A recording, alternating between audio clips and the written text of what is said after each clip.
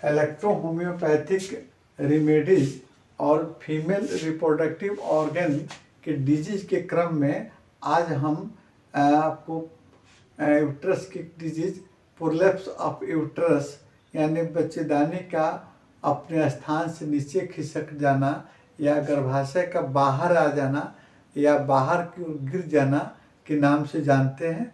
और इस पर इलेक्ट्रो होम्योपैथिक कौन कौन सी औषधियाँ कार्य करती हैं इसके बारे में भी हम जानेंगे।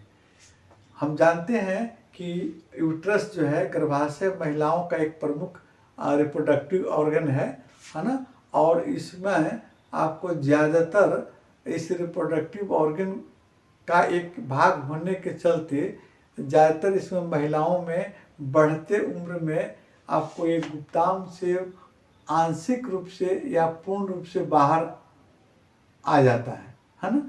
तो इसको हम आपको प्रोलैप्स ऑफ यूट्रस या मतलब को बच्चेदानी का नीचे खसक जाना कहते हैं।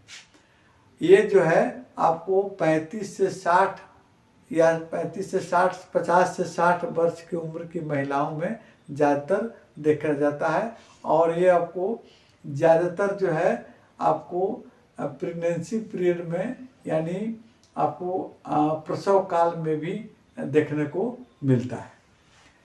अब मुख्य कारण हम देखते हैं कि क्या कारण है कि आपको ये बच्चेदानी बाहर आता है। इसमें मुख्य कारण में महिलाओं का उम्र बढ़ने के साथ साथ में है ना आपको पेल्विक रीजन की यानी पीढ़ की नीचे जो है आपको भीतर जो मांसपेशियां होती हैं, जो लिगामेंट होता है जो यूट्रस को आपको मतलब बांध कर रखता है या उसके जुड़ा रहता है, वो आपको मांसपेशियां उम्र के बढ़ने के चलते आपको कमज़ोर पड़ने लगती है या खान पान के गड़बड़ी चलते कमज़ोर पड़ने लगती है।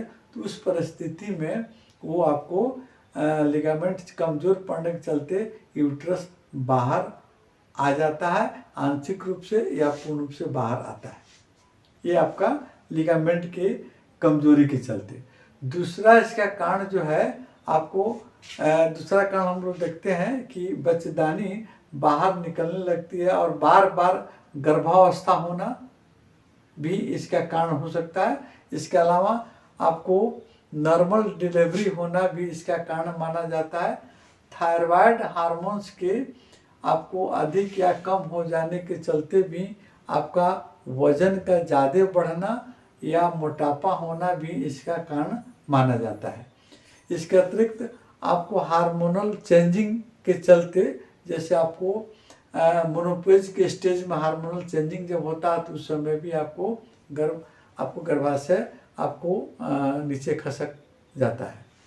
इसके अलावा बार बार एवर्सन कराने पर भी आपको ये अवस्था देखने को मिलती है।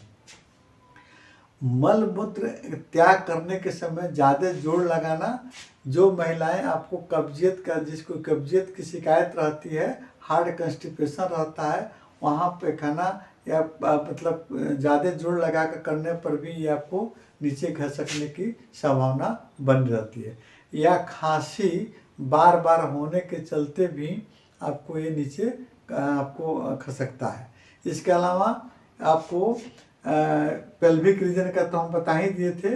अब देखते हैं आपको ये दो तरह का होता है कि आंशिक रूप से खिसकता है और एक आपको ज़्यादा रूप से आपको गुप्तांग से बाहर भी आ जाता है ना। तो इसमें लक्षण क्या क्या देखने को मिलते हैं आपको। इसमें सबसे पहले पेल्विक रीजन में यानी आपको पेड़ों में आपको भारीपन और दर्द होना। इसके अलावा आपको मूत्र करते समय कठिनाई होना, पैखाना करते समय भी कठिनाई होना, क्योंकि मूत्र के समय भी बहुत सारी समस्या उत्पन्न होती है। उसमें आपको अनैच्छिक रूप से मूत्र बाहर निकल जाता है, क्योंकि आपको जब लिगामेंट्स की कमजोरी के चलते जब यूट्रस नीचे खसकता है तो साथ साथ में यूरिनरी ब्लैडर या आपको पीछे की तरफ जो मलाशय रहता है वो भी अपने स्थान से थोड़ा सा इधर उधर या खिसक जाता है। तो उस समय पैखाना के समय में भी दर्द होना, पेशाब अनैच्छिक रूप से बाहर निकल जाना, एक खांसी तीव्र खांसी पर भी पेशाब बाहर निकल जाता है, या आपको कंस्टिपेशन या कब्जियत होने पर, ज़्यादा जोर लगाने पर भी इस तरह के लक्षण आपको देखने को मिलते हैं। अब देखते हैं इसमें कभी कभी यौन समस्या भी पैदा हो जाती है, और ये आंशिक रूप से जब प्रोलैप्स होता है यूट्रस, है ना, आंशिक रूप से जब निकलता है तो उसको हम निदान के रूप में आपको उसको हल्का एक्सरसाइज करके या प्रोटीन युक्त पौष्टिक आहार लेकर लिगामेंट और मसल्स को हम लोग स्ट्रॉन्ग यानी मजबूत करते हैं, तब वो आंशिक रूप से वहीं रुक सकता है या रुक जाता है। अगर ये आपको नहीं रुकता है, बिल्कुल बाहर रह जाता है, तो इसमें ऑपरेशन यानी सर्जरी के सिवा दूसरा कोई उपाय नहीं होता है। मेडिसिन इस पर कोई आपको कार्य नहीं करता है।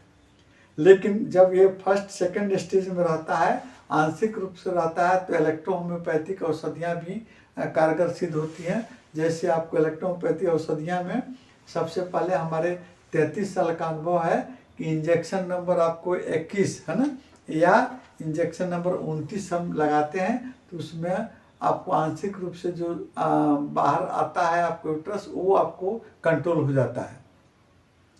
इसके अलावा H2C2 और A2 है ना, लाइटर डाइल्यूशन में या अति सूक्ष्म मात्रा में, अति सूक्ष्म डोज में आपको उसका हम प्रयोग करते हैं, तो भी आपको आंशिक रूप का यूट्रस आपको सही जगह पर चला जाता है। कभी कभी आपको A1 C1 और A3, कभी कभी C1 और A3 का लाइटर डाइल्यूशन भी देने पर आपको ये अच्छा कार्य करता है और यूट्रस अपने जगह पर चला जाता है। ये आपका यूट्रस डिस्प्लेसमेंट ऑफ यूट्रस या प्रोलैप्स ऑफ यूट्रस का आपको बारे में हम जाने। अगले क्लास में हम स्टेरिलिटी यानी बांझपन के बारे में हम लोग देखेंगे कि बांझपन में कौन कौन सा कारण होता है बांझपन का, और साथ साथ में उस पर कौन कौन सी इलेक्ट्रोहोम्योपैथियाँ औषधियाँ कारगर होती हैं।